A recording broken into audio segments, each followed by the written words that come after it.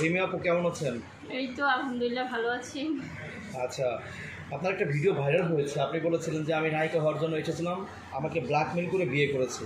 হ্যাঁ, আসলে এই ব্যাপারটা নিয়ে যদি আপনি কিছু বলতেন। আমাকে ব্ল্যাকমেল করেনি, আমি নিজের ইচ্ছায় চলে এসেছি।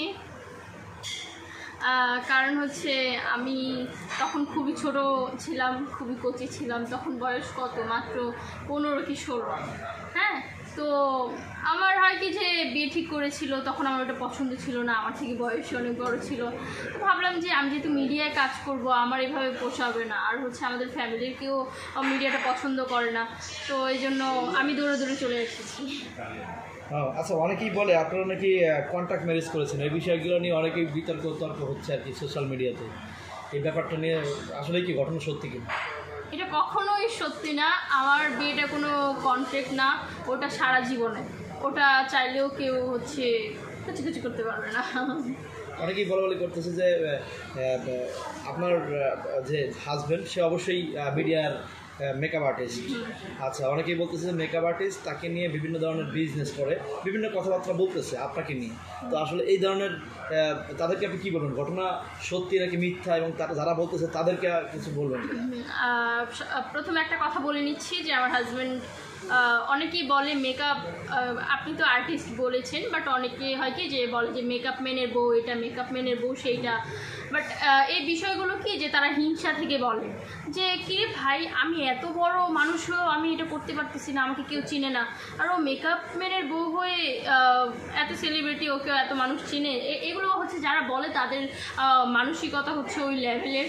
আর সবচেয়ে বড় কথা হচ্ছে এখন আমার হাজব্যান্ড হচ্ছে মেকআপে জব করে না, কারণ হয় কি যে একই সেটে আমি যখন নায়িকা থাকি, সে যখন মেকআপ আর্টিস্ট থাকে, তখন আমার খারাপ লাগে যে এরকম সে আমার ঘাম মুছবে বা আমার মেকআপ করবে, ওটা আমার ভালো লাগবে না। বাসায় করে সেটা হচ্ছে আলাদা বিষয়, নিজের বউকে মেকআপ করাতেই পারে। তো আমার এই বিষয়টা খারাপ লাগে থেকে তাকে আমি বলেছি যে তুমি মেকআপের কাজটা ছেড়ে দাও।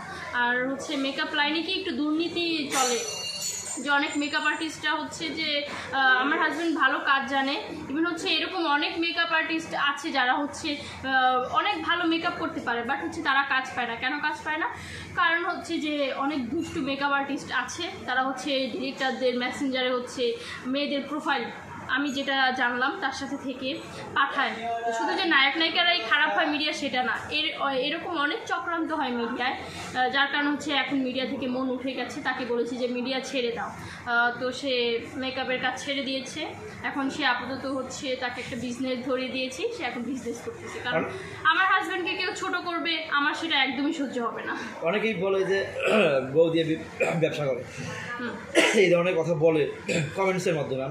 আপনি দেখেছেন কিনা জানি না, আমি নিজে দেখেছি এবং স্ক্রিনশট দিয়ে আমার কাছে রাখা আছে। তো এই ধরনের কথা যারা বলে, আসলে ঘটনাটা কীভাবে বললো বা কেন বলে?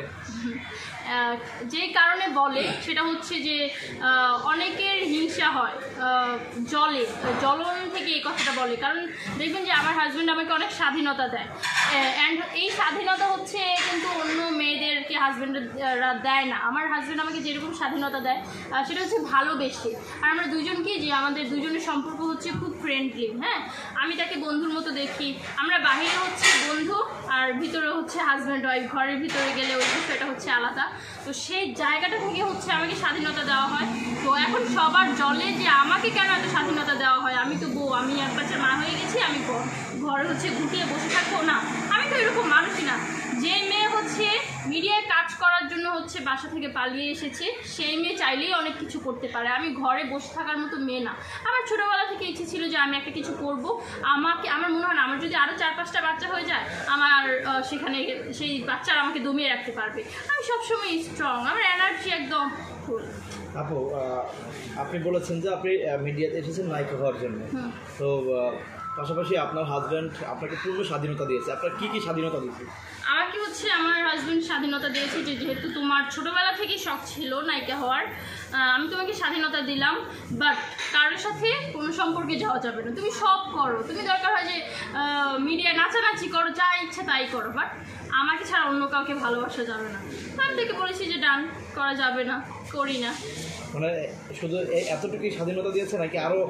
না, স্বাধীনতা তো দিয়েছে, পোশাকের স্বাধীনতা দিয়েছে, প্লাস হচ্ছে আমাকে বললাম না যে সে নিজের হাতে তৈরি করেছে। আজকে আমি এই জায়গাটায় থাকতাম না, অবভিয়াসলি এই জায়গাটা আমি আমার হাজব্যান্ডের জন্য। কারণ হচ্ছে শুরুতে একটা গ্রামের মেয়ে ছিলাম, গ্রামের মেয়ে বলতে যে আবার গরিব টাইপের ওইরকম না, আমাদের ফ্যামিলি হচ্ছে যথেষ্ট ভালো, বাট হচ্ছে হয় না যে শালীনতা বজায় রেখে চলাফেরা। আমার আম্মু হচ্ছে একটু পর্দা পছন্দ করতো, আমাদের ফ্যামিলি সবাই একটু পর্দা পছন্দ করে, বাট আমার এই ছোটোবেলা থেকে কেন না জানি একটু নায়িকা হওয়ার ঝোঁক ছিল, যে আমি এত সুন্দর, আমি দেখতে এত আকর্ষণীয়, আমার ফিগার এত আকর্ষণীয়, আমি কেন নায়িকা হতে পারবো না, আমি কেন ঘরে বসে থাকবো। তো সেই জায়গাটা থেকে হচ্ছে তাকে বিয়ে করা, অ্যান্ড হচ্ছে সেই জায়গাটা থেকে তাকে বিয়ে করে হচ্ছে আমার এই ইচ্ছাটা, আর স্বাধীনতা সব দিক দিয়ে দিয়েছে সে আমাকে। আপনি বলেছেন যে আপনার ফিগার বাংলাদেশের সব নায়িকার থেকে ভালো, আসলে এই ব্যাপারটা নিয়ে যদি আবার কিছু বলতেন। হ্যাঁ, আসলে আমার ফিগার সব নায়িকার থেকে ভালো, কারণ হচ্ছে আমাকে নিয়ে আমি বলবো যে আমাকে নিয়ে যদি কেউ সিনেমা বানায় তার সিনেমা ফ্লপ যাবে না। যেমন এই যে এখন দেখেন বুবলিকে নিয়ে হচ্ছে সিনেমা বানাচ্ছে, দুই দিন হচ্ছে তাকে নিয়ে সিনেমা বানানো হলো মায়া, তারপর হচ্ছে এখন রিভেঞ্জ বানালো, দুইটাই ফ্লপ, দুইটা কিন্তু কোনো হল পাচ্ছে না। বাট নায়িকা হতে হলে এমন হতে হবে যে পাড়ার ছেলেরা এসে তোমার ফিগার দেখার জন্য এভাবে হলে তাকায় থাকবে। তো নায়িকাদের কেন মানুষ অ্যাভয়েড করবে? নায়িকার মতো নায়িকা হলে অবশ্যই হলে গিয়ে বসে থাকবে। তো সেই জায়গাটা থেকে বলা যেত আমি অনেক সুন্দর, আমি দেখতে শুনতে মাশাআল্লাহ অনেক কিউট, আমার নিজেকে আমার কাছে অনেক ভালো লাগে, আমার মনে হয় যে আমি পারফেক্ট নায়িকাদের। মানে দর্শক যারা আছে তারা কি নায়িকাদের ফিগার দেখে? অবশ্যই দেখে, কারণ দেখেন আপনাকে একটা ড্রেস পরানো হবে, এখন আপনাকে হচ্ছে ছোটো ছোটো ড্রেস পরতে হবে, মানে প্রয়োজনের ক্ষেত্রে, যেটাকে বলে আইটেম সং।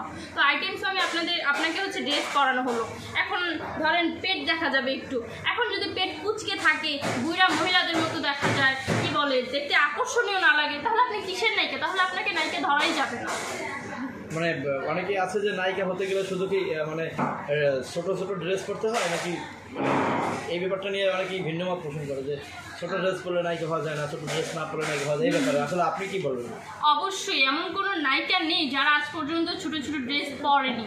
আর শুধু নায়িকা হলেই হবে না, তাকে সব ড্রেসের সাথে মানানসই হতে হবে, এমনকি তাকে সব হিরোর সাথে মানানসই হতে হবে, তবেই সে নায়িকা।